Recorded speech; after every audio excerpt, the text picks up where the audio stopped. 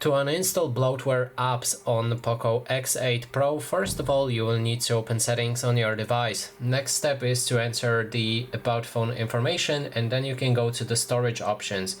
After entering storage, look down until we find the deep clean. Now click on uninstall apps right here, and then I'm like 5 minutes after the first setup for this device, so you should see all of the apps that are pre-installed that are bloatware. We can select all of those apps right here, which technically are bloatware.